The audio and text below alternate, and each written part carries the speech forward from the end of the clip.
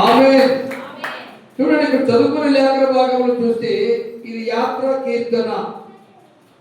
దావీదు యొక్క యాత్ర కీర్తనలో 124వ కీర్తన కదమ్మా.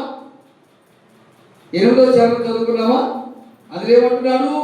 భూమి ఆకాశములను సృజించిన యెహోవా నామము వలననే మానకు మరియమ్మా చూడు,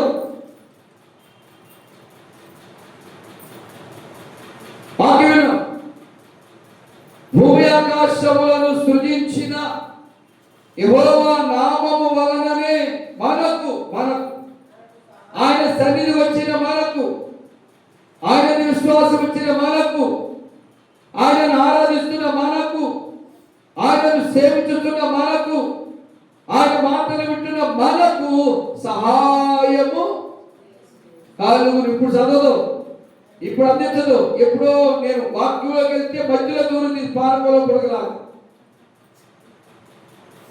ఎప్పుడు వాక్యం అందించాలో నేర్చుకోవాలి. చదవడం మాట,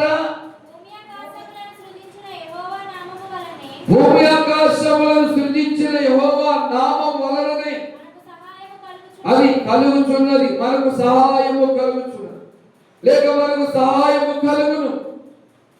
భూమి ఆకాశమును సృజించిన యెహోవా నామము వలనని.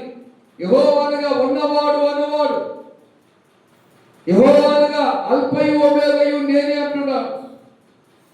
యెహోవానుగా సజీవుడైన దేవుడు. ఆయన నామాన్ని ఎవరైతే స్మరిస్తారో, యేసుని నామమును ఉచ్చరింపగనే సాతాను సైన్యము వణుకుచున్నది. చూసారు, ఆయన నామము, ఆయన నామాన్ని ఉచ్చరిస్తూ, ఆయన నామాన్ని స్మరిస్తూ, ఆయన నామాన్ని ఘనపరుస్తూ మహిమపరుస్తున్నటువంటి వారికి దేవుడు సహాయం చేస్తాడు. దేవుడికి స్తోత్రం చెప్దాం. హల్లెలూయా. కాబట్టి ఆయన నామాన్ని మనం ఉచ్చరించాలి.